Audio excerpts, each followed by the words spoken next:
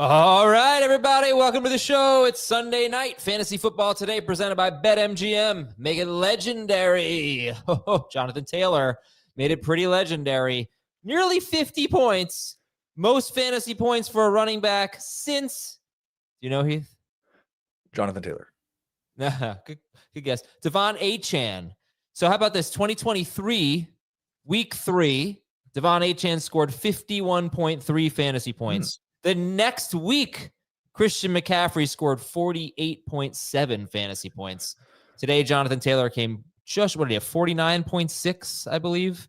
244 yards, 3 touchdowns, plus 3 catches for 42 yards in the game. Not too bad. Did you by any chance beat Jonathan Taylor this week? I don't think I faced Jonathan Taylor this week. I honestly don't. I don't think I faced Achane either, who also had 40 points. I faced Gibbs in 3 or 4 leagues. Okay. I faced Jonathan Taylor, but the guy who started Jonathan Taylor also started Patrick Mahomes, Kareem Hunt, and T. Higgins. So I am going to win that week. Now, one more stat for you. Matthew Stafford, this was on the CBS broadcast. He's the first player since the merger to have 4 touchdowns and no interceptions in 3 straight games. Oh my gosh, Matthew Stafford's playing out of his mind. I'm kind of mad at myself because Matthew Stafford was number 1 in the projections this week. And I was like, I can't rank him ahead of Lamar Jackson and Josh Allen. So I ranked him at number 3 and I put Allen and Jackson ahead of him. And why? They're not any good. He has scored 34 what did he score today? 34.9. Okay, so that's 34.8. I got him at 35.2, but maybe there were some kneel downs I missed. 34.8 or more in 6 point per passing touchdown in 3 straight games. I wonder if Lamar Jackson's ever done that. If Josh Allen's ever done that. I wonder. Have you taken a look at the top 12 quarterbacks this week? Not yet, actually. Usually that's so Stafford was 1, Goff was 2. Davis Mills is 3. Mac Jones is 4. Dylan Gabriel's 8. Tyler Shuck is 10. Marcus Mariota is 11. Yeah. Remember I did a buy or sell weeks ago. It said something like there's no positional advantage to having any quarterback, really. Right. And Lamar Jackson was the only one that I felt there was. But I don't know, man. I don't know anymore. All right. How about a big winner?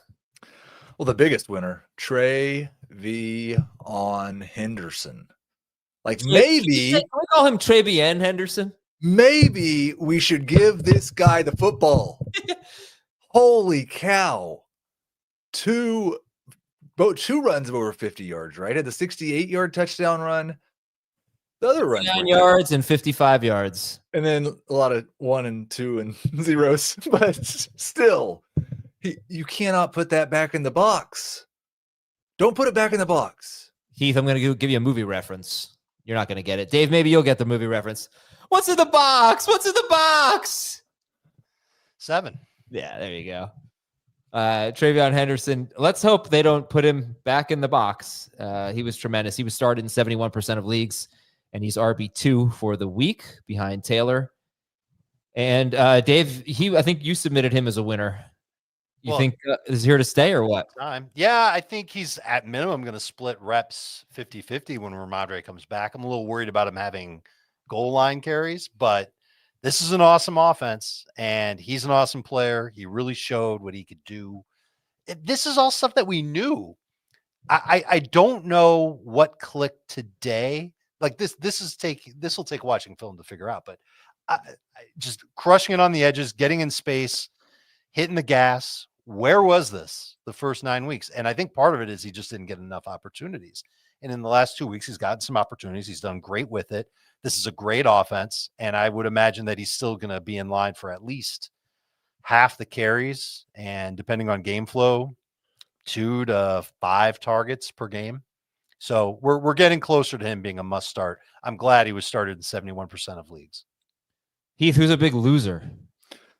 Oh, there were a lot of them. But I would say from my loser list, DJ, you need to give me more.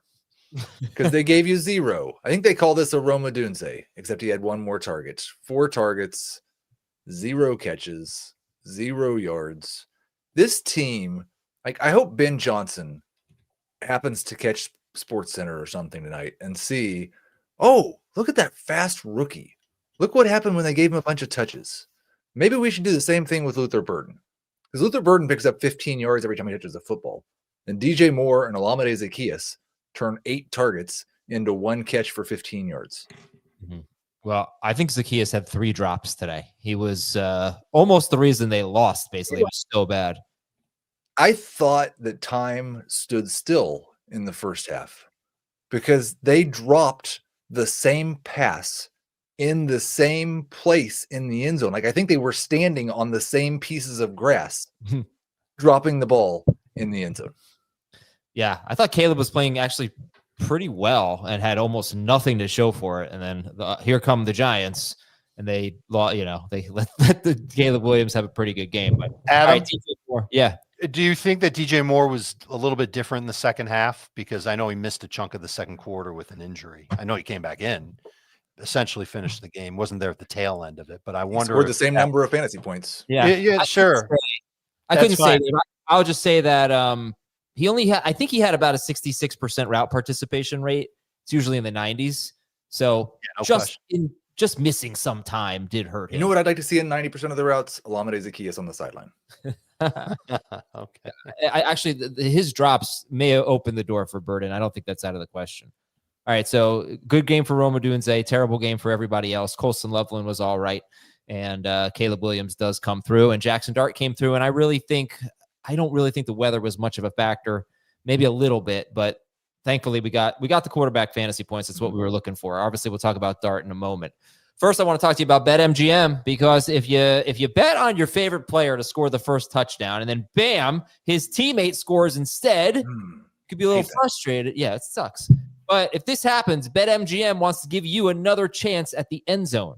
With BetMGM's second chance promotion, you're going to get your stake back if your first touchdown scorer scores second instead. That's right. Bet on any pro football player to score the first touchdown of the game. And if you're right, you win.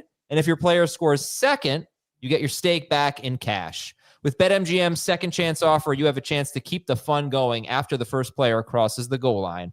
Try a first touchdown scorer wager with confidence today. BetMGM, make it legendary. Okay, we're going to do, I think, a segment that Heath is just going to scoff at. Oh, he is going to hate this segment. Quick backup running back inspired worryometer. Okay? Oh, good. Kyron Williams is going to be on it. Go ahead. He is, yeah. 0 to 10. 22 fantasy points. 0 to 10, Bijan Robinson. 0. I'd put him at about an 8 on the annoyo-meter, but 0 on the worry-ometer. Heath, where would I be on the annoyo-meter? It's named after you. We'd have to find a new scale because you would break it. Well, okay. I was trying to set up that joke. What did you say Bijan was on the worryometer? 0. Okay. Look, he's going to lose some touchdowns to Algier. It's going to happen, but it hasn't. I just want people to know it really hasn't been the case throughout the year. They've had very, very few carries as a team from that distance. So it's not like you say, oh, Algier's the goal line back. No, sometimes Bijan's there. All right. 0 to 10 on Kyron Williams, who, yes, had a great game. 14 carries, 73 yards, and 2 touchdowns. But Blake Corum had 13 carries in the game. 0 to 10. 0.5. 0. I'm gonna go a little higher. I think it's just inherently bad that he's got a guy who's getting a lot of carries. I mean, it's unusual. And obviously, look, this is arguably the best offense in football, right? I mean, they're right up there. They have incredible efficiency. But there could be some weeks where it gets a little frustrating as you're going, hey, why is Blake Corum getting the getting some goal line work, which he did this week? And I don't know. I mean, look, if Kyron doesn't score, I'm just maybe it is a sell super high situation, I guess is what I'm trying to say. No, that's the problem. That's the problem. As the founder and sponsor of the Kyron Williams Defender Club, also the Jalen Hurts Defender Club, and several others, nobody ever thinks that Kyron Williams is actually good. No one's ever excited to acquire him or get them on their team. And so he came into this game averaging 19 touches per game. How many touches did he have? 17, 16? 16 in another kind of blowout runaway win. What in this environment? It's not great that he has Blake Corum with this big. It seems pretty great. It's going wonderful. 16.7 or more PPR points in 4 of his last 5 games. I And know 40 in his last 2. And in the first half, he had 73% of the snaps. So maybe no, I don't want to hear this. It It had nothing to do with the score. I don't want to hear this. He was the one who was running out the clock. Blake Corum got a lot of work early. Doesn't matter. They still used Corum a little bit more than usual, especially in the second. He was half. still fresh. He wasn't tired because he didn't have to do all the carries earlier. All right, 0 to 10. Jamie, did you get a haircut at like a half hour ago? No. Look very sharp. When was this haircut? Yesterday? Friday. Okay, look very sharp. Welcome, Jamie. Thank you. All right. Christian McCaffrey. Hello. 0. Who? Kelly? Kelly. Yeah, what's up, Kelly? 0 to 10 on Christian McCaffrey. What is the question? On the backup running back inspired worryometer. 0. Okay, we'll move on. Yeah, I'm going to say 0. It was a great segment, Adam. And these Sunday shows, we're always looking for some extra segments we can do. So they're an hour and 45 minutes instead of an hour and 35. Yeah. All right. Listen, we got Beyond the Box Score tomorrow. And then I think 3 more times during the week. Got FFD Dynasty. We got all these great podcasts. Go to cbssports.com/podcasts and see them all. College football, betting podcasts, soccer. It's great stuff. News and notes. Jaxon Dart left with a concussion. They get the Packers next week. Giants have a very late bye, so it's not like they have a bye anytime soon. They have a bye week 14, I think.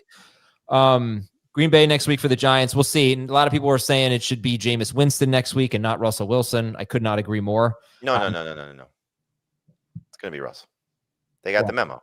Lose games. Nah, it's no. They're gonna have a new coach. They've done a lot of that with Dart anyway.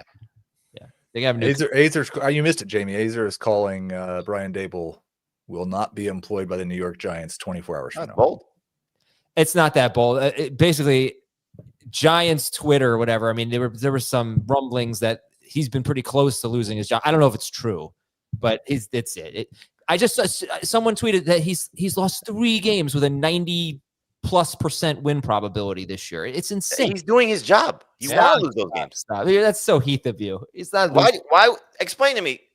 Listen, the players want to win.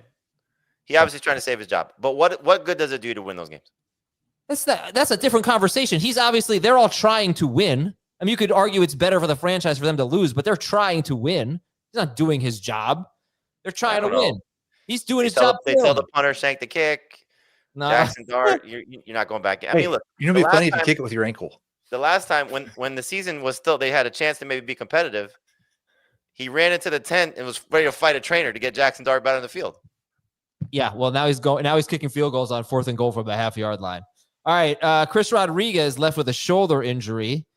Terrell Jennings left with an injury in the first half. That probably helped TreVeyon. And Zonovan Knight left with an ankle injury. Garrett Wilson, hopefully this isn't bad, but he left with a knee injury. That's the same injury that he had earlier. Same knee anyway that he had an injury on earlier. I don't think he played even 20 snaps in the game. Yeah.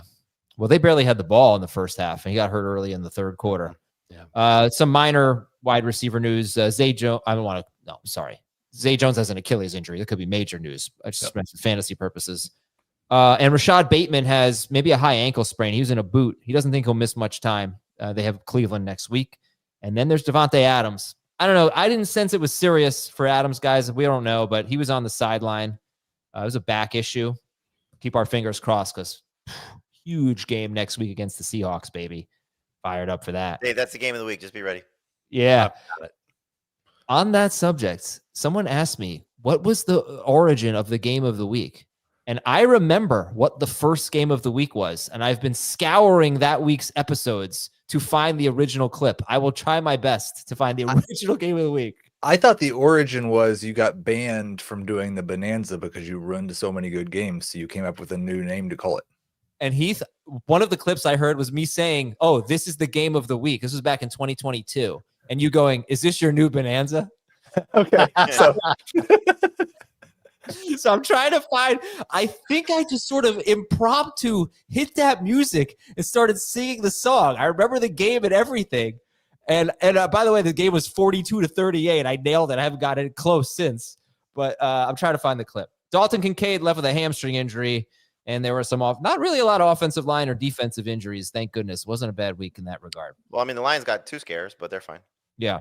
Graham Glasnow came back. Yes. Okay. And the Seahawks center.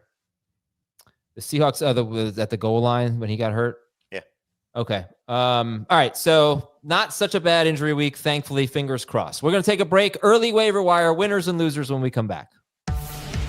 When you need your sports news all the time, we've got breaking news to bring to you. CBS Sports HQ gives you a snapshot of all the sports that matter to you. When you need your sports in a snap, find it on CBS Sports HQ, streaming free anywhere you are.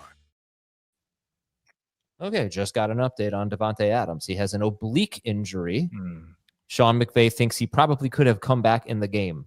So they are hoping it's not too bad. That is from Nate Atkins. Early waiver wire. I don't know. It's nobody's really. It is an amazing week for waiver wire quarterbacks. Absolutely amazing. Yeah. You have Tua against the Commanders. I know it's in Spain. You have Aaron Rodgers against the Bengals. You have Geno against the Cowboys. If Flacco's still out there, obviously you're going to pick up Flacco and use him. Mariota against the Dolphins. Yeah. It's a lot of names against a lot of bad defenses. Yeah. You mean Tua contra los Comandantes? Well, here we go. What about the number 3 wide receiver in fantasy this week? Parker Washington? No. Who? Jalen Naylor is currently the number 3 wide receiver in fantasy. Yeah, you could chase that. Go ahead. No, we Parker should talk about him a little bit. No, we shouldn't. Jalen Naylor? Jalen Naylor, last 2 weeks, has had some good chemistry with McCarthy. All right. Well, now, obviously, the numbers weren't great last week. He didn't even have 3 fantasy points. But he's on the radar. I'm not picking him up. No, I'm not picking him up. I'm just saying, like, I feel like he's been doing well with McCarthy. Better than Addison. I didn't need to type this into the translator, but I'm going to say, no me gusta Jalen Naylor. I'm not saying to pick him up. Just saying to keep an eye on him. We talked about him on Tuesday. There you go. All right. I don't know. Well, I've been asking. I think Parker Washington he was one of the top guys last week. He had a big game, a big-ish game. As of now. He's 43% rostered. Darius Slayton, let's see what Slayton's roster percentage. Oh, well, if Dart's out, 44%. So those guys could be. Not if it's Jameis. If it's Jameis, then yeah, all systems go. All right, let's talk about the winners and the losers. Dave, you had TreVeyon Henderson we talked about. How about Woody Marks? Give me those snap counts for Woody Marks. Impressive stuff. The snap counts for Woody Marks were awesome. 78% of the snaps, 10 of 15 on third down, all 4 of their snaps inside the 5. Houston still is using 4 running backs every week, but Chubb only played 14% of the snaps. Ogunbowale and Brooks combined for 10%. This was Woody Marks' backfield. And it was great, and he was efficient running the football and had a great game overall. I am hoping that it keeps up for the Texans. Let's hope so. They are at Tennessee next week, so that could be good for Woody Marks. Jamie, so you always put your start of the week in this segment. I know it's a little weird to call Jaxon Dart a winner with the concussion, but he did come through. I mean, he was having a great game, 26.3 fantasy points in about 3 quarters. And hopefully back for Green Bay. If not, at Detroit, at New England. Not easy stuff, but it doesn't seem to matter with him. And then you also had Cade Otton as a winner. I got to tell you, I was so nervous with the weather that it was going to be a bad day for Dart. And even for Caleb Williams, too. And look, they did great things with their legs. Clearly, this is another strong game for Dart's rushing totals. It's now every start, either 55 yards rushing or a touchdown, or in the case of today, over that number for both. So, but I thought he threw the ball well. You know, at one point he was, I think, 11 for 12. For 199 in the first half. He's a great fantasy quarterback, and we'll see what, continues to, go for him, go well for him the rest of this season. But like, you got to be thrilled as a dynasty manager. You got to be thrilled as a long-term keeper league that what he can be with Malik Neighbors and whatever the coaching staff looks like next year. Like, there's just a huge upside, huge future for this kid. Cade Otton, 44% started, 71% rostered. He had a 28% target share. That's higher than what we usually get from Cade Otton, but man, did he come through. 9 catches, 82 yards on 12 targets.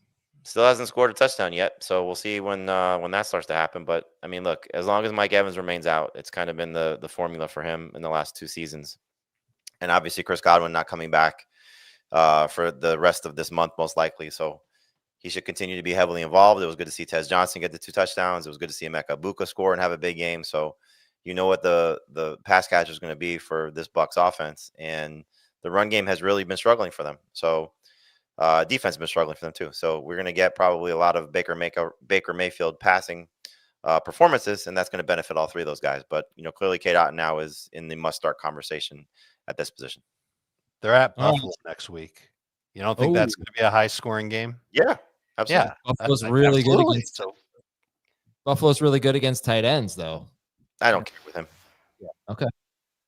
Matchup proof. Heath, your winners. Alvin Kamara. I'm actually surprised he was 55% started. It felt high to me. He's going into a bye, but nice game for him. He got one chance near the goal line. Then on the next play, Taysom Hill was in. That's always going to be an issue. But tell me what you want to say about Alvin Kamara. And then Juwan Jennings, who's only 69% rostered, and he had 6 catches, 71 yards, and a touchdown. Yeah, I think for Kamara, I think most people would have rather dropped him than started him this week. The last 2 weeks had been absolutely abysmal. They seemed to be looking for anybody else to play at running back or to hand the ball off to than him. And then they give him 22 carries and the offense looks functional. And there's a chance that he makes it to one of the greatest schedule stretches of all times, where he gets to play the Dolphins in week 13 and then the Buccaneers, which isn't so good. And then the Panthers, the Jets, and the Titans. So maybe Alvin Kamara will be a guy you want to start at flex. And I'm changing it up because we send in our winners and losers during the late games. And I think I missed a note, but Dan Campbell confirmed after the game that he took over offensive play calling duty for this game. And I don't know if you remember who the guy was this summer that just kept talking about the guy they had to get the ball more, Jameson Williams. Well, guess what? Jameson Williams led the team in catches and receiving yards. Dan Campbell's calling plays. Jameson Williams, big winner. Oh, You interesting. feel good about starting him, let's say, next week? Oh, I feel great if he's my number 3. Yeah, sure. At Philadelphia, tough matchup. Shootout, though. Is Probably he a a top shootout. 24 receiver? Only got 2 teams on a bye. He's certainly closer. So I think, Yes. Adam, we spoke about him, whatever it was, Thursday or Friday. You had said, I think we all had him like around 36, 37 range. I led my sleepers column with him. I moved him up to like wide receiver, right behind the Khalil Shakir spot. So I think he'll be in the top 30. Moving forward. Yeah, I'm just wondering if we should be thinking more along the sell high lens with him because it was the Commanders. I think the Commanders are the worst pass defense in football. I mean, By they're far.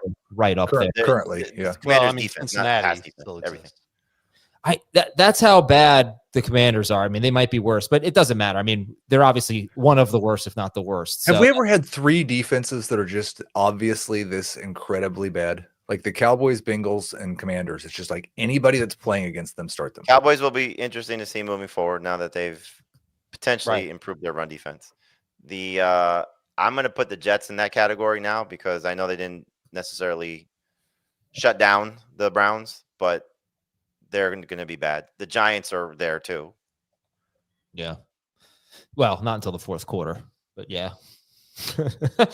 Okay. Jameson Williams, let it ride. 63% started, big game. I feel like it was mostly in the second half. Maybe I'm crazy. Yes. No, you're right. A lot of it did come in the second half.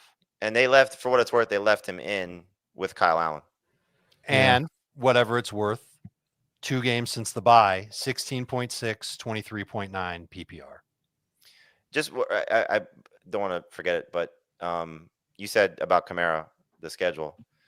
Is the Dolphins' run defense still a pushover? Because 2 of their last 3, they've shut down Bijan Robinson and James Cook. Not to be that guy. I feel like they haven't so much on a per carry basis. I'm not sure. I think it's been kind of like a low amount of carries. I could be wrong about that. Cook was 4.1 today. And what was Bijan? Oh, whatever. 4.1 is bad for Cook, though. Yeah.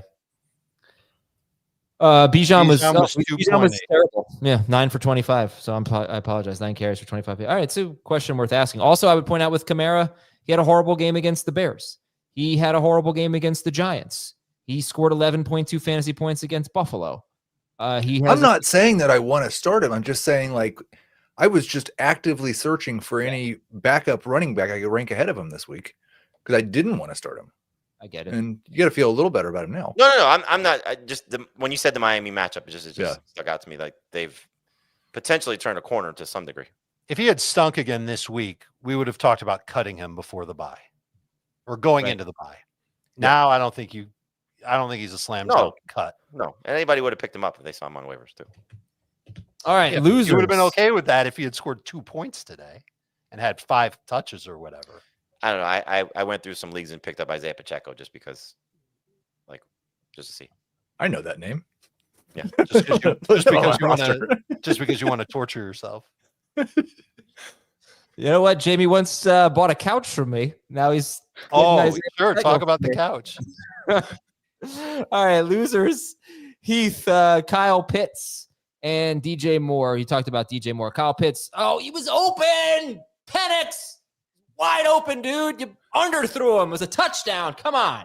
Yeah, I don't think Michael Penix is very good amongst other quarterbacks Thomas may or not have been ranting about earlier.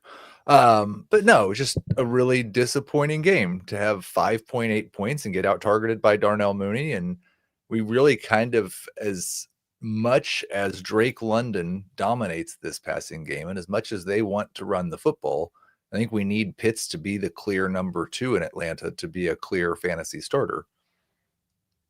I think when you go back and watch this, it happened last week.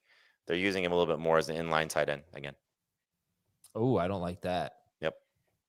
So actually, no. Well, that's not 100% true for me because I think he was being used out wide too much in previous seasons. So they did put him in line, like on the line of scrimmage, basically. More this year than in the past. They shortened his ADOT quite a bit. I can only remember 2 targets this game. I know he had 4 or 5. One was the deep ball that was underthrown. One was the ball he dropped right at the beginning of the game. Yep. So he didn't get his typical really short area, easy catch, easy PPR, cheap points targets today. But I think the issue for me, and it was such a good matchup. Like the Colts were so bad against tight ends, and the Falcons were really good against tight ends. And look what happened. Warren had an amazing game. Not that we were sitting, Warren.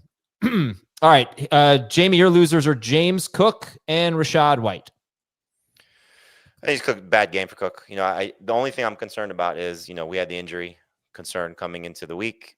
Is he 100%? This, I think everybody thought it should be a layup. If there's an encouraging thing, it's the 5 for 24. You get him more involved in the passing game.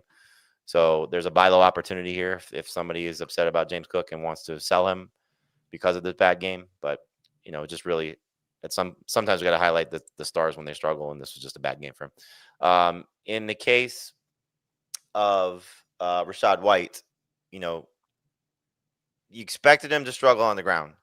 I was expecting a much better game in the passing, much more involvement in the passing game. So 5 catches is nice. 16 yards is terrible. Like the Patriots have been so bad against pass catching running backs the last month, and for him to get 5 catches and only get 16 yards was just very, very frustrating. So Sean Tucker is going to be a problem for him until Bucky Irving comes back.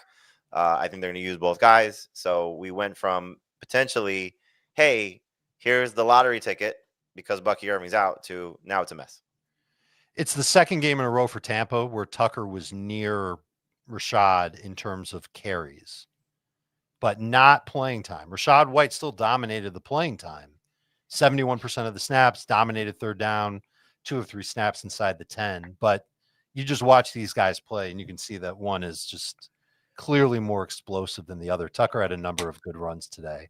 And you just wonder if Tampa, if they make the switch and they lean on Tucker more on the running downs and White more on the passing downs, instead of putting so much on White. I would be nervous about Rachaad White moving forward for sure.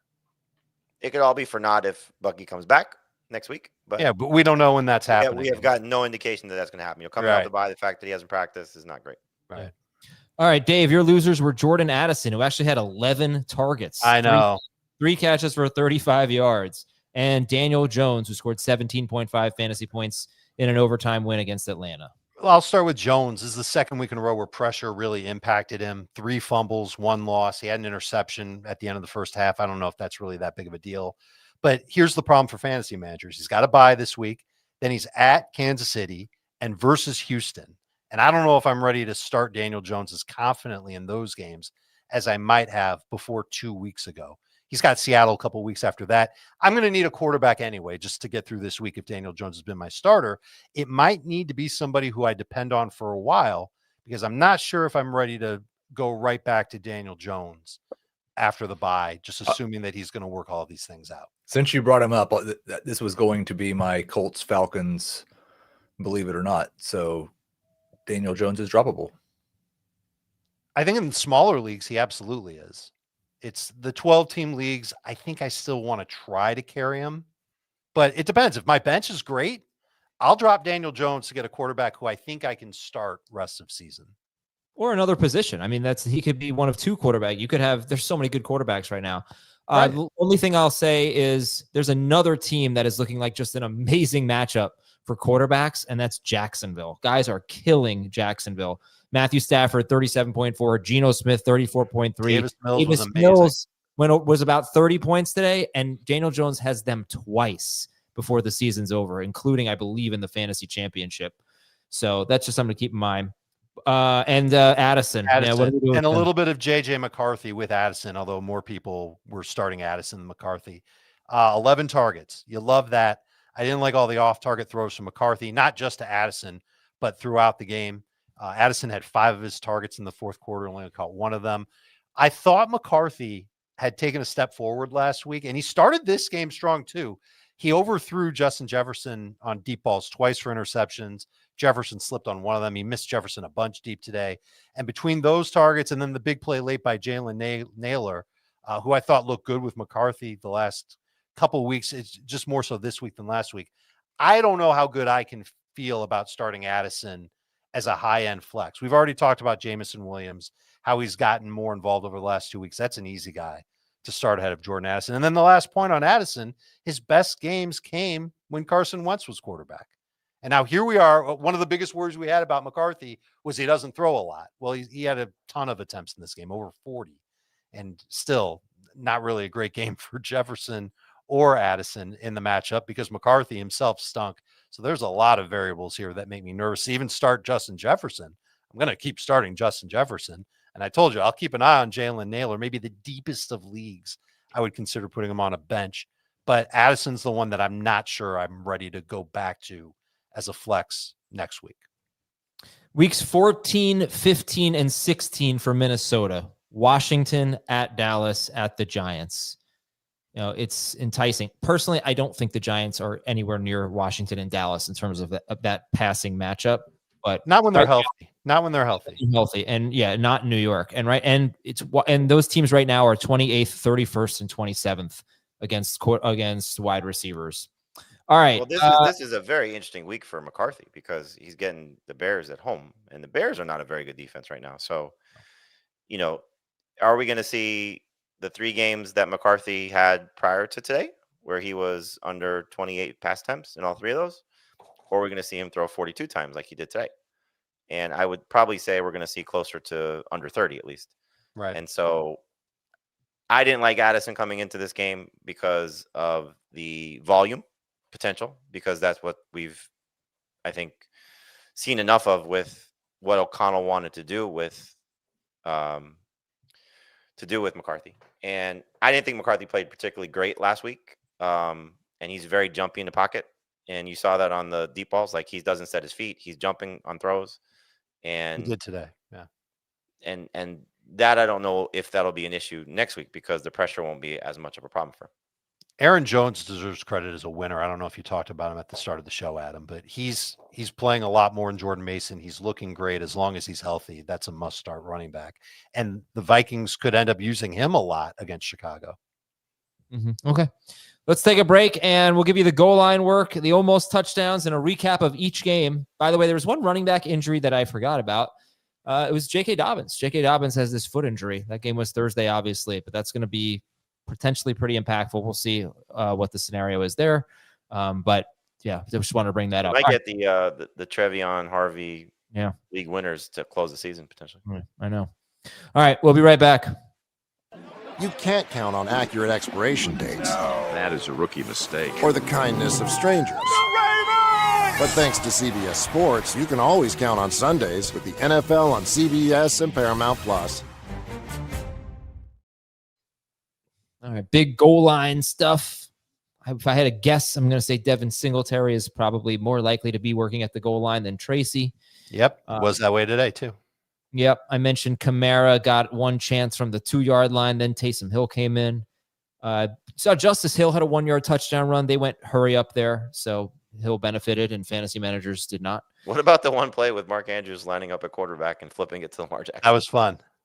Oh, I didn't even see that. It wasn't a great flip or a great pitch. No, not a great flip. Lamar caught it. Yeah. Seattle. So Ken Walker, it seems like the 3-yard line, Ken Walker owns the 3-yard line. But once they get to the 1, it's Zach Charbonnet territory. So he better score when he gets those carries from the 3-yard line. I think that's 3 of them in the last 2 games. Rams use both of their guys near the goal line. I sat there charting the Patriots at the goal line. TreVeyon Henderson, he's in. He's getting this way. I didn't realize that Terrell Jennings had left the game at that point. So, and then Bam Knight, again, it seemed like Bam Knight got hurt, but it seems like DeMarcado might get more touches. Actually, I don't even think that was the case this game, but Bam Knight is in there near the goal line, short yardage. Almost touchdowns. I don't know if I really want to go through all this, but I guess the biggest ones would be the Bears. I mean, Caleb Williams had a few almost touchdowns early in the game. Trey McBride had a huge game, but he had a touchdown call back. Michael Penix underthrew Kyle Pitts, drove me crazy. All right, that's it. Let's go to the games. Jacoby had one called back. Jacoby had, oh, that's right. Jacoby And then Myers Parker had one called back for Washington caught a Jacksonville. touchdown 2 plays later. I knew I had that. Yeah, it's false start called back that penalty, right? Yeah. All right. Indianapolis 21, Atlanta 16. We've talked a lot about this game already, but since they're both guys who could be on the fringe going into buys, Alec Pierce should be rostered in more leagues than Josh Downs. What'd you say the final score of this game was? Didn't sound right when I said it. 31-25? That's the final score of this game. 21-16. I was like, that's all the points they scored? Went to overtime and Taylor scored 3 touchdowns. Hard to win by 5 in overtime. Is there a game that had that score? 21-16. As soon as I said it. All right, say it again, Heath.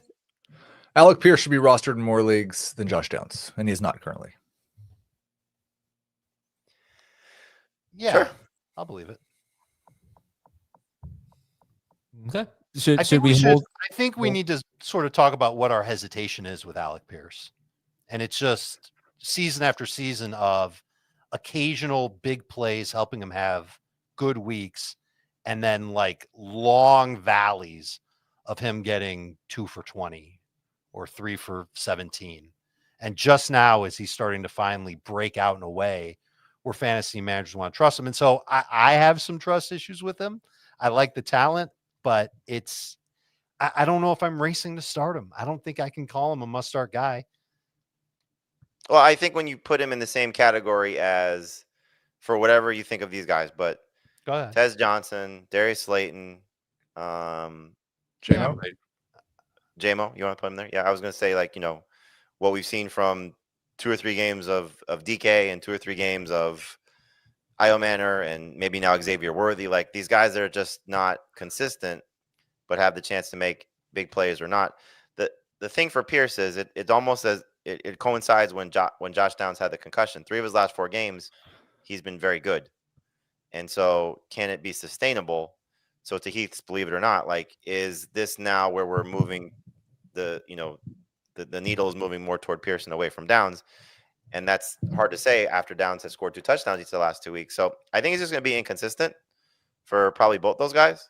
Mm-hmm. But if you're looking for who has more upside, I think Pierce definitely has more upside. We're playing Believe who it has or more? not. I'm sorry. Go ahead, Adam. Oh no, I was saying we're playing who has more. Who has Great. more upside? Believe it or not, Alec Pierce is going to get 7 targets most weeks, like he has in 3 of his last 4. Because if you're going to believe that, then he's more than just one of these roulette wheel wide receivers. He's someone that you can probably start as a low end number 2. Well, I mean, I think Slayton's in that category. I think. Oh yeah. I agree, but Campbell's in I that kind of like him better than most of the names you said. I don't. I think it probably comes down to week-to-week basis, and we just got through saying how bad the short-term schedule is for the Colts. Plus, they're on a bye. Sure.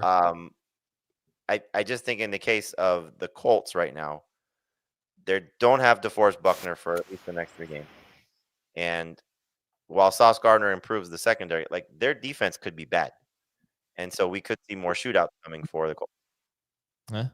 Okay. By the way, Sauce Gardner. Yeah, I mean, I wouldn't really say he shadowed Drake London. They did, like Dave kind of mentioned earlier, they moved London into the slot enough to get Sauce off of him. And on the other side, AJ Terrell. If you're wondering what happened to Michael Pittman, I think it was just a bad game. It was not an AJ Terrell thing. He was definitely not shadowing him. So just kind of one of those games, I think, for Pittman. All right. And on over to our next game. Baltimore 27, Minnesota 19. Zay Flowers is just a low-end wide receiver 2, and we have to stop ranking him so high. I don't believe it. He's a wide receiver 3. Wow. Yeah, he's definitely not that top 15 receiver that we thought he'd be. He'll have another big game at some point along the way. I've thought a lot about this because we talk about him a lot and we argue a little bit about him. And I get your argument. It's like, this keeps happening to Zay Flowers. He's having productive games, but he never scores. But there has to be some touchdown regression coming. Eventually, he's got to. But even if he ends up with 4, what does he have now? 1? Mm-hmm. Right. Right? Is he going to have a 2-touchdown season? I can't. They throw enough touchdowns where at least Lamar does, where I just feel like he could have 3 touchdowns over his last 7 games, whatever's left, and that would be important, impactful. I mean, look, in PPR, he's probably right. He's more of a low end number 2 receiver. I don't. Nobody's benching him in 3 receiver leagues for sure, and in 2 receiver leagues, it probably depends on who you have. In non PPR, it's hard to say he's a must start guy by any stretch, and in half PPR, he's a borderline starter. Well, who's more valuable in full PPR? Because I think it's easier in the other formats. Derrick Henry or Zay Flowers? I'm starting Henry almost 10 out of 10 over Zay Flowers. It's getting a little frustrating with Derrick Henry, though. It's very frustrating with him, but I guess the disappointing game from Flowers today was better than Henry. Yeah. I mean, Henry obviously doesn't. PPR, sure. But that Justice Hill touchdown was a real kick in the gut. Yeah. Dave, Derrick Henry was not happy at halftime, by the way. Would you take Drake London over Justin Jefferson rest of season? Yes. Yep. Yeah. Would you take Nico Collins over Justin Jefferson? Is Davis Mills the starter? No. Nor are they playing Jacksonville every week. Yeah, but they're playing Tennessee this week. So, yes, I would take Nico Collins over Justin. I think I would take Nico as Rest well. of season? Yes. Oh, interesting. I'm not quite there. Yeah, I'll take Jefferson. Ooh, it's 2-on-2. All right, Miami 30. Let me make sure the score is here. Miami 30, Buffalo 13. Nailed it. Got it. Good job. What a weird game. Mm-hmm. I mean, it's not fair to make a team play a game right after their Super Bowl. I don't. I'm glad you liked that, Adam. Excellent. Does somebody have a good one for this one? Oh, yeah. Believe it or not, Keon Coleman is back now. Believe it or not, I don't have a good one. Believe it. Believe it or not, Devon Achane is the number 1 running back in fantasy rest of the season. No. Yeah. If he'd been number 1 this week, it would be a better one. Believe it or not, Khalil Shakir is worse than Zay Flowers rest of season.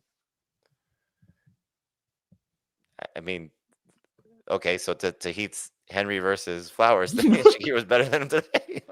Would you rather have Flowers or Shakir? I mean, Flowers has more upside, but Shakir just continues to do what he does. It's wide receiver 30. It's just, his neighborhood is perfect. Believe it or not, Tua is a startable fantasy quarterback for the next 3 games they have. So it's Washington, then who? At Washington, by New Orleans, at the Jets. Oh. Yeah. And then Cincinnati in week 16. Could this be a quarterback that you pivot to to start replacing Daniel Jones. You'll have a conundrum in 2 weeks, but at least 1 week you'll be good. They had every opportunity to quit on Mike McDaniel, and they won their Super Bowl today. Yeah, I was big with them. I think they've lost 7 in a row. I'd like to see where Jalen Waddle ranks since week 5. That was his first game. I got it. I got you. Yeah, where does he rank since the Tyreek Hill injury? Tyreek Hill got hurt in week 4. Per game. Per game. He's averaged 16 fantasy points per game, including week 5. Yeah, which is wide receiver 15.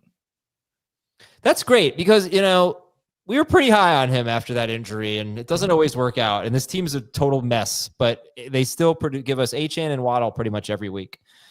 All right, New England 28, Tampa Bay 23. I think probably the thing that we don't know, but I'm going to make everybody answer. Believe it or not, TreVeyon Henderson took the starting job away from Ramondre Stevenson today. Believe it. I don't believe it. I actually don't. Jamie, why do you believe it? Well, I mean, the starting job is irrelevant. Like, who gets the first carry is meaningless. Who's going to get more touches rest of season? It's going to be TreVeyon Henderson. Rest of season when When Stevenson comes back. This was a very good run defense prior to the start of this game. All right, Dave, why don't you believe it? Well, I just think Ramondre is going to continue to be the token starter. But it's going to be close in terms of carries from week to week. Jamie's right. It doesn't matter who starts each game. But I think it'll be close in carries. I don't think it'll be close in carries inside the 5. I think that's still going to be Ramondre's territory. And this was an example of a game where TreVeyon was open in the flats a lot, and I thought Drake May was going to check down a lot, and he didn't. Drake May just kept attacking downfield, and that just might have been an edict in the game, or as guys were getting open. May obviously had a pretty good game for fantasy managers, but there will be future games. We saw one last week for TreVeyon where he made an impact catching the ball out of the backfield. They've got to just find ways to use them in space and get them the ball closer to the tackles and outside of the tackle box. And when they do that, they're going to have more games like this. And so Henderson isn't going to be a feature back where he's got, whatever I said, 70 some odd % of the snaps when Ramondre's back, but he's still going to be pretty good. I think you could argue that TreVeyon Henderson could be a league winner, or TreVeyon Henderson is the best sell high in fantasy. The guy I kept thinking of today, and I hate to say it because of the turn it's taken for him this year, but it was Ken Walker. As in he'll no matter how good he is, he's still going to have the Charbonnet to him. Not just that, but he had 14 carries. 2 of them went for 124 yards. 12 of them went for 23 yards. Yeah. A lot of them were 1, 2 negative. I looked at the yardage for every one of his carries. You were 100%. And how many of them were between the tackles? I would imagine it was a bunch of them. Well, one of the big ones was. Yeah, sure. That's true too. I remember that play because he kind of paused for a split second after he ran through the hole and realized no one's touching him, and off he went. He hit the gas. Awesome speed. I do think it'll be close between him and Ramondre from week to week. More upside with Henderson. Would you more of a sell or a hold for TreVeyon? I wouldn't trade TreVeyon away unless someone's going to give me a lot for him. Not a huge amount. We'd have to gauge that somehow. But high-end RB2 value at minimum in trade is what I'd probably Henderson or Swift rest of season. I'd rather have Swift. Yeah. Okay. But I don't think Swift is a high-end number 2 running back rest of season. I think he's better than that. Interesting. Ooh. All right. So what about Tez Johnson? Is this let's just ride this out?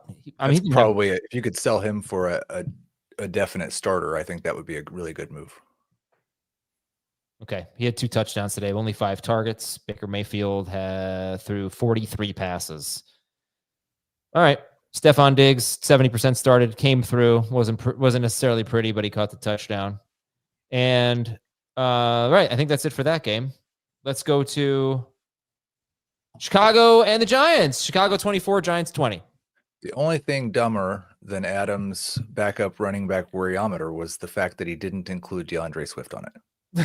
Yes. Yeah, good call. Anyway, I didn't include Ken Walker because I don't even know who the backup is there. Technically. No, but this was he might be the backup. I was surprised because Ben Johnson said we're going to go with the hot hand approach. And if you look at the touches, Henderson did have a lot more touches. But even in the second half, after Swift had been much better than Monangai, it was right back to every other drive. Swift looked great in the first half. Yep. Sure.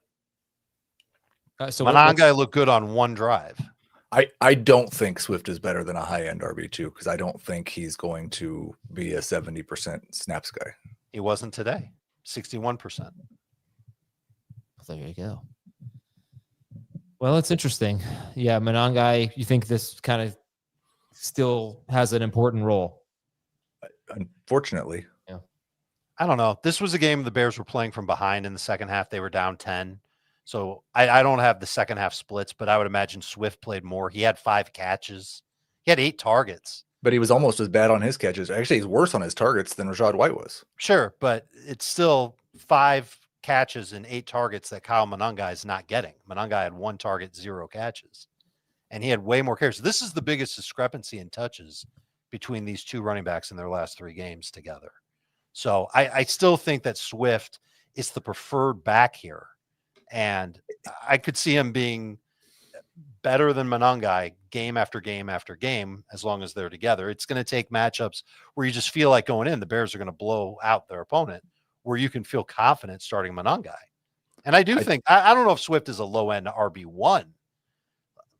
Can I middle it? At top How can it be better than high end RB2 and not be a low end RB1? Well, I don't know. Maybe I got a little too excited over Swift, but I do think that he's, let's call it top 15, maybe like exactly 12.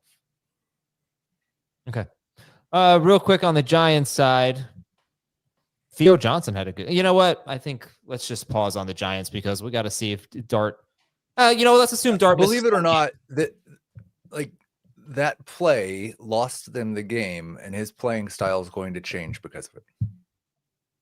Well, I don't think it will that much. I mean, maybe a little, but he just can't. He just doesn't have right now. He's not Josh Allen. I mean, I read an article about him before his first start where his high school coach said something like, I tried, good luck, in regards to him changing he's just a madman out there. And a lot of it is good, but he just goes too far. All right, let's go to, I shouldn't say that. Look, everybody can change. You just got to start sliding a little bit more. I think he was trying to slide. Whatever. All right, New Orleans. Do you think he runs as much if he's got a better receiving core? Probably not. New Orleans 17, Carolina 7.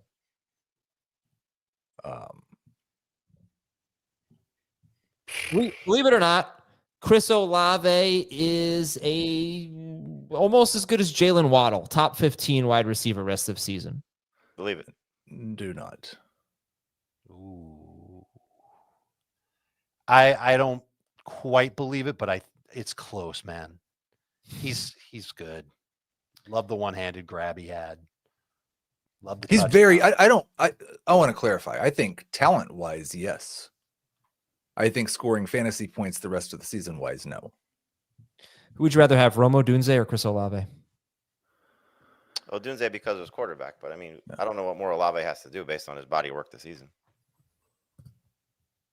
Okay. 14 plus PPR points in 4 of his last 5 games. If we don't hold week 9 against him, I think we're putting him ahead of Odunze rest of season. And we shouldn't hold week 9 against Odunze either. He had a dud. He had a donut. I'll hold it against both of them. You go ahead. Olave's been better.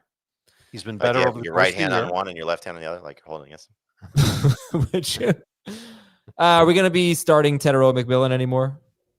Yes. Flex. Why not? Fire him up. 58% started, 5 catches for 60 yards on 8 targets. I'm going to guess his start percentage probably a little lower because of the injury concern coming in. Maybe. And I don't think we generally bench guys over 11-point games. Nope. But I don't think you can look at him and pencil him in for 15 plus. Like, he's not the surefire number 2 receiver. He's Dave Flowers. It's the same thing. And we start. I'd rather have Zay. Okay. And let's go to our next game. Houston 36, Jacksonville 29. Believe it or not, Jacoby Myers will be the number 1 wide receiver after a full week of practice with Jacksonville. Don't believe it. Yeah, I don't believe it either. But in time, I don't know if I can even believe it in like 2 weeks or 3 weeks from now because BTJ will be back. And it could just be like a messy split where no one gets more than 6 targets a game. Strange coming back next week. Yeah. Strange could come back. That's going to water it down even more. It'll be Well, good for somebody still- Jacksonville's offense. It'll be bad for fantasy. Adam, can we do who had more? Oh, please. Catches, Jacoby Myers or Parker Washington? I think it was a tie. Yards, Jacoby Myers or Parker Washington? Oh, it was Myers. Yeah. Did you just do who has more with a tie? I did. Yeah, he did. I love it. It's very much in the spirit. Mother. Hey. Yeah, anyway, who had more punt returns for a touchdown? Tough guy. Jacoby Myers only ran. In Adam Azer leagues, you wouldn't even get points for that. In Jamie leagues, you don't get points for that. And I agree. You shouldn't get points for that. You should 100% get points for any touchdown your player scores. Oh, okay, but not the yards. Not the yards. Well, I think you should for the yards too. In some of my leagues, you do. Why do we start a DST unit? Doesn't the ST and the DST get credit for the ST touchdown? Thank you, Dave. You're welcome. Thank you. You're the best. I started. Adam, what was the stat you had about the Texans with their defense going into the game? About never missed playoffs? Oh, yeah. They were number one in the NFL in, I want to say, points per game and yards. It was 2 categories, and no team has ever led the NFL in both of those and either A, finished below 500 or B, missed the playoffs. I think if they lost this game today, that was a definite. They would have missed the playoffs? Yeah. Nico with a big game. That was great. We talked about Woody Marks. Marks. The Jaguars in his career. Who, Nico? Huh? Nico does? Yeah. Destroys them. That's why I'm taking Jefferson over Nico rest of the season. Dalton Schultz, 7 for 53 and a touchdown on 11 targets. I guess, can you take anything away from this game, considering they're going to have a new quarterback next week, most likely? And he threw 45 passes? Yeah. I mean, I don't expect the Texans to give up 29 points consistently. They're not going to give up 29 points next week against the Titans. So they probably will not have to throw as much. But, I mean, look, you want to be excited about Woody Marks, clearly. I think you want to be encouraged by Nico Collins and what he's able to still produce and show us that he's got that alpha type production in him. And look, Dalton Schultz has been good except every game when we hype him up. So, yeah. Dalton just, play next week. All right, Jets 27, Browns 20. Last game of the early window here. Jerry Jeudy is back. No, I'm just joking. I wasn't doing that. Brees Hall's a top 15 running back rest of the season. Believe it. Yeah, this is really impressive because I was very worried about him. He's not been good in bad matchups, and a lot of his production was on one catch. He was the only player with more than, I think, 4 receiving yards for the Jets. Yeah. It had one of the strangest stat lines you'll ever see. He had 42 yards and a touchdown. Justin Fields threw for 54 yards, and they won. It was crazy. Okay. Okay, he is. He is. Brees Hall or DeAndre Swift, Dave? I think people will be able to get more for Swift than Hall. No, I was just saying. Leave it in the comments. Leave it in the comments. Who would you rather have rest of season? Brees or Swift? I like that. Leave that in the comments. Good idea. I think it's a great question. Brees Hall, upcoming schedule is Patriots, Ravens, Falcons. Not that easy. No. Dolphins, Jaguars, Saints, Patriots. Some easy, some difficult in there. Okay. But in all seriousness, would you guys put claims in for Jerry Jeudy if he were on the waiver wire? Deeper leagues, sure. I mean, they get Baltimore this week. No. I had to start him in a league this week. Nice. So did I. Fishbowl. Nice. One thing that's not nice is David Njoku's route participation. Got to keep an eye on this. 3 games in a row where it's been around 50%. One of those games he left with an injury, I think. But if they're phasing him out, that's a pretty big deal, and we need to move on from him if that's the case. Rams 42, San Francisco 26. The game of the week did not really live up to it. Good for fantasy, not so much for watching football. Juwan Jennings is the top 24 wide receiver. Rest of season, you mean? Yep. Yeah, I don't believe that. I don't believe it either because Pearsall will be back. Maybe. Maybe. LOL. Yeah, I'm not sure about that part. I think what I'm coming around to is just this, that, well, we'll reassess if and when Pearsall gets back. But if we find a game where we think the 49ers are going to be throwing a lot, Mac Jones or whoever their quarterback is and Juwan Jennings are starts, right? I mean, Sure. just that's simple. At Arizona, Carolina at home, at Cleveland. Bye. Where's the game where they're going to be throwing a lot? Maybe Arizona. Might be, but yeah, it's not as enticing as the Rams matchup. He'll be a top 24 receiver next week if Pearsall isn't back, but he'll be like right at 24. And Heath, to answer your question, it's Brees over Swift, but it's close. Okay. We had a streak snapped today. Oh no. Oh, I know the streak. What was it? You say I say it every week. It ended. I don't know. What was it? And it was by a backup running back, in fact. Backup running back. Oh, did it? Someone scored a touchdown against the Brian Robinson touchdown against the Rams. That's right. First one for running back all year. And we had the first running back go over 50 yards against the Patriots, and it was a backup running back. There is one streak that's still alive in the NFL.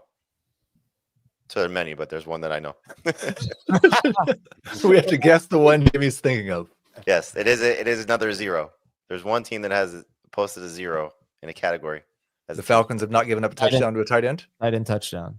No. Well, that probably is true, but that's not the one. Wrong. It is the Jets have not gotten an interception yet this season. Oh, wow. And did Justin Fields throw his first pick of the year today? He did. All right. Another streak ended. Congratulations, Justin Fields.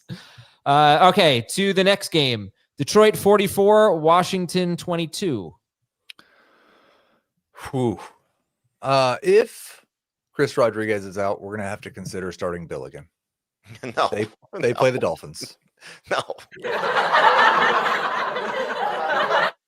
No, that's a good question. It's a good question. Might need a running back to replace Jonathan Taylor. What better way to replace one of the best running backs in the National Football League than with, I don't know if I could even finish this sentence. It's so bad. No, I would not want to start Krosky Merritt, even against Miami. I'm going to give Jamie the win. I don't know who Heath's favorite was, but on the waiver wire show, Jamie liked Mariota this week. I liked Penix. Dave liked McCarthy. Jamie gets the win there. I liked Mac Jones. Heath gets the win. I wasn't on the show. I don't get the win.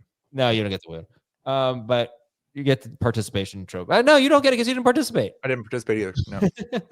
It's just what Mariota does. Like, we're going to get, I mean, look, Jacoby Brissett, another good performance despite some turnovers. These guys that just fall into production sometimes. And are you feeling any more or less confident about Deebo Samuel, who had 5 targets, but he had 4 catches for 29 big yards and a touchdown? Less. He's a number 3 receiver at best. At best. Absolute best. Would you rather have Deebo Samuel or Jameson Williams rest of season? Jameson Williams. Agreed. Yeah, I think probably so. It's got the Dolphins, who are the best team in the world against wide receivers, then a bye, then the Broncos. So doesn't look great for Deebo. Okay. Seattle 44, Arizona 22. Man, hurry back, Trey Benson. Wait, I have a question before you go. Yeah. Which two games had the same exact final score? Seattle and Arizona and Detroit and Washington. Yeah, you win. Wait, are you sure that's right, Adam? Yes. I had to double check, but yes. A lot of people have won games with Adam and then found out they lost afterwards. That's probably true. What do you got for this one? Rashid Shaheed's not going to be near as big of a factor in Seattle as we thought. I don't believe that. Pump the brakes. Yeah. How many pass attempts did we have here? 11? 12. 12? And you know what? Sam Darnold earned that because he tried as hard as he could to let Arizona back in the game. Why were they throwing so much at the end? Or trying to throw at the end, at least. Not throwing so much, but trying to throw. It's pretty crazy. You don't see stat lines like this very often. 10 for 12, 178 yards, 1 touchdown, 1 interception. And 2 fumbles lost. Yeah, only 7 fantasy points for Sam Darnold. After the first drive, I said to, I think I was just sitting with Pete Prisco, maybe Jack Capitorto in our quote unquote green room. Like Darnold's the MVP right now, right? And I was like, yeah, I guess so. It's a good, And then it's Matthew a good Stafford raise. plays. Who's the leader right now? Is it May? Stafford. Oh, Stafford. Yeah. Stafford's I'd got say to be up Stafford. there. Well, drop Zach- her. By the way, Heath, are we just going to be patient and see, what next week looks like with the Seahawks?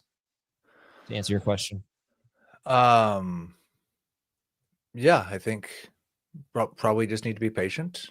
I believe it or not, Zach Charbonnet is the best Seahawks running back rest of the season. Believe it. Fantasy wise, I don't think NFL wise, but fantasy wise, he gets the again. Ken Walker's a trap back. It sucks. Facts Oh, are facts. Thomas Schaefer wants to vote for Jonathan Taylor for MVP. I don't think that's a bad vote, but it'd be very difficult for him to win it without probably a 2,000-yard season and leading the league in touchdowns. And he could do both. Yeah, I mean, he's halfway there for the yardage.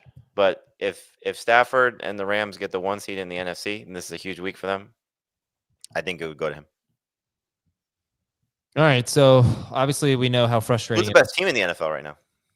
Eagles. I think that's a little controversial, but Eagles. Well, you can make case for the Eagles, make case for the Rams, and make case for the Seahawks. The Rams had the Eagles on the ropes and they couldn't put them away. I just feel like you line up against the Eagles in the playoffs because I expect the Eagles to only get better. They haven't even played their best football, I feel. I wonder what the current NFL Super Bowl odds are.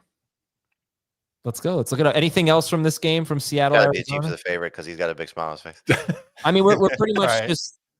we're pretty much just starting Harrison every week, right? I mean, in a world where we're Yes. yeah, Yeah. like he's moved ahead. He's clearly ahead of. Did you hear the Seahawks talking after the game about their touchdowns and the way they played Brissett in the first half? No, No, what'd they say? They said it's much easier playing against him. He's not going to go anywhere. All you got to do is just run right at him. interesting. True. Tell that to the Cardinals. Okay, so that's it for the show, I think. McBride or Bowers rest of the season? I don't get to count this week. Nope. Starting next week, I'll take Bauer still. Is this a horrible fantasy week for you, Heath, because of Bowers? No, actually, it's a pretty good week. Oh, good. I was worried about you. I mean, it was a horrible Thursday night. It's one thing when he's not playing and you could put a sub in, but when he just has a total dud. Well, he hasn't not played very much this year. It's just been a lot of injury riddled and then that disaster. But he'll get back next week. Okay, wait. So what are the Super Bowl odds? Let's see. I don't know. BetMGM Super Bowl odds. It's from 7 days ago. We don't want that. Schaefer, what do you got? You got any Super Bowl odds? No. All right. How do you not just have that, Schaefer? Come on. I put him on the spot. NFL, where are our futures? Yeah, I could look it up, but I think we should just get going here. Thanks a lot, everybody, for watching and listening. Enjoy Sunday Night Football. We will talk to you tomorrow at noon Eastern for Beyond the Box Score. For Dave and Heath and Jamie and Thomas, I'm Adam. Have a great night. See ya.